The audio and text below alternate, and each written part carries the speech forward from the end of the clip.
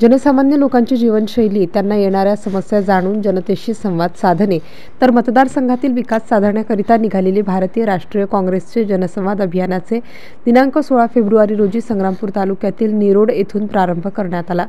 जळगाव जामोद विधानसभा मतदारसंघातील सर्वसामान्य नागरिकांच्या विविध समस्यांसाठी संपूर्ण मतदारसंघ पिंजून काढण्यासाठी ही पदयात्रा काढण्यात येत असल्याची माहिती काँग्रेसचे ज्येष्ठ नेते प्रकाश पाटील यांनी रुधाना येथे बोलताना दिली। दरम्यान नागझरी येथून शुभारंभ झालेल्या या अभियानाला नागरिकांचा उत्स्फूर्त प्रतिसाद मिळत असून सदर यात्रा 16 फेब्रुवारी रोजी सकाळी 10 वाजता निरोड, चांगेफळ, अकोली, मालठाणा, वकाना, रुधाना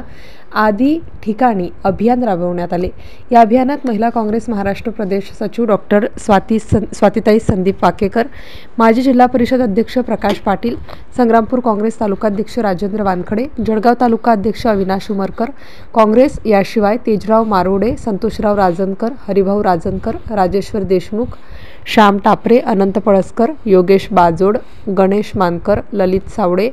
प्रकाश साबे, श्रीकृष्ण बोरसे, अशोक सरदार, विश्वास पाटील, डॉक्टर जानराव सातव,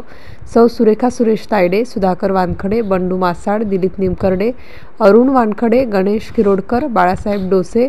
राजेश परमाडे, गणेश टापरे, मुरलीधर उमरकर, गजानन चोपडे, विठ्ठल मसूरकर, निखिल जाधव, राजाराम चंदनकर, विष्णू उघडकर, विश्वनाथ वेरुळकार,